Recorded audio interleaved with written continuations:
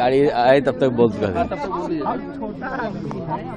सपा का डेलीगेशन जंतर मंतर गया था, वहाँ प्रोटेस्टर्स मिला है, किस तरीके से? समाजवादी पार्टी के सांसद लगातार पहले भी जंतर मंतर गए और आज जब लोकसभा में सवाल जब उठाना था, सवाल उठा करके लोकसभा का एडजॉर्न करके उस समय फिर मौके पे पहुंचे।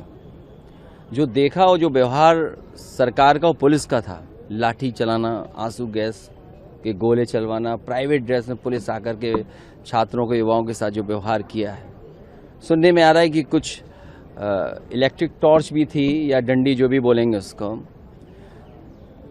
लोगों को चोट लगी है, युवाओं के बड़े पैमाने पे चोट लगी है, बड़े पैमाने पे घायल हुए हैं।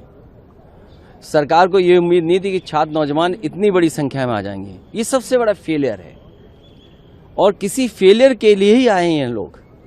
आप नीट की परीक्षा नहीं करा पा रहे हैं और जो परीक्षा कराई, जिस तरह से धांधली हुई है, सब बीजेपी के लोग शामिल हैं उसमें, और दोबारा भी परीक्षा कराई, उस पर भी प्रश्न लग रहे हैं। तो आगे का पिछले इतने वर्षों से छात्र, नौजवान और युवाओं के भविष्य के साथ खिलवाड़ कर रही है सरकार। वही गुस्सा दिखाई दे रहा है, वही इंकलाब का नारा बन रहा है, वही एकजुटता दिखाई दे रही है। इसीलिए इतने बड़े पैमाने पे देश के युवा यहाँ दिखाई दे रहे हैं। कल भी लोकसभा में जो आज घटना हुई है वो हम लोग उठाएंगे। समाजवादी पार्टी का एक और मुद्दा है इसके अलावा कि राम मंदिर का जो मुद्दा है डोनेशन वाला, उस पर भी सरकार यहाँ पर अपना रुख स्पष्ट करे, ये भी आप लोगों की डिमांड है।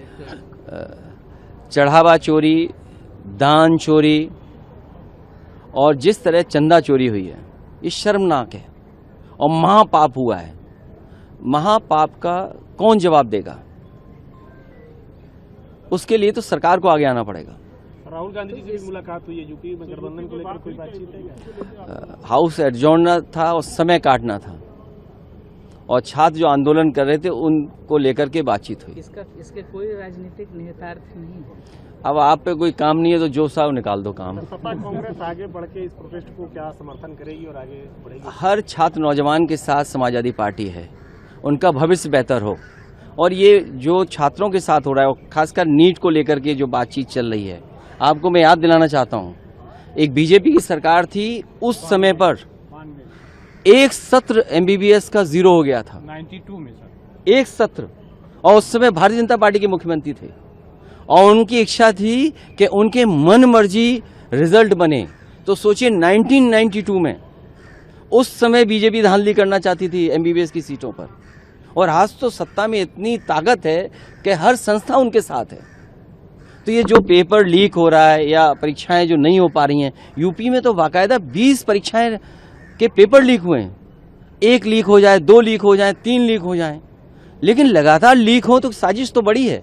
और फिर नीट जैसी प्रतिष्ठित, इससे बड़ी परीक्षा, इतनी बड़ी परीक्षा के लिए पेपर लीक हो जाना भी शर्मनाक है सरकार के लिए। जो ये कहते हो कि हम विश्व गुरु बनने जा रहे हैं, अमृत काल चल रहा है, विकसित भारत, क्या विकसित भारत में यही होगा कि पेपर लीक हो जाएंगे?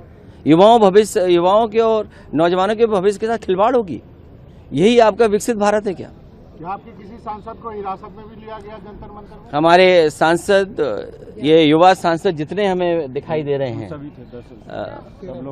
सांसद कौसाम्बी हमारे बगल में खड़े हैं, सांसद संबल, एटा, इकरा हसन, मैनपुरी सांसद, ये सब लोग थाने में बैठा दिए गए थे।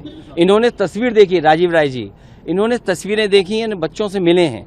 हमारे मुजफ्फरनगर के एमपी साहब धर्मेंद्र यादव, तो ये सभी सांसद गए थे और बच्चों से मिले हैं, बच्चों की हालत देखी कि बच्चों की हालत क्या है, किस तरीके से पीटा गया। बता रहे बेटियों की और बहनों के साथ कपड़े फाड़ दिए इन्होंने। वो कौन लोग थे जो प्राइवेट ड्रेस में थे? इसकी जांच कौन करेगा? जो कपड़े फाड़ रही थी फोर्स, या कपड़े बदल करके जो फोर्स आई थी, वो कौन थी? वो तो एक साजिश है, और आंदोलन को खत्म करने के लिए कि आम युवा इस आंदोलन से न जुड़ जाए, उसको खत्म करने के लिए साजिश है ये। बहुत धन्यवाद। जैसे कि मैं सो रहा हूँ तो पिताजी को जगाना है मुझे, तो वो डायरेक्ट उठाने के बजाय, और हिंसा की परंपरा मेरे यहाँ नहीं थी सौभाग्य से, तो वो क्या करते थे कि उस कमरे में आ जाएंगे या बाहर से गुजरेंगे और चौपाई बोलेंगे, प्रात काल उठ गए रघुनाथा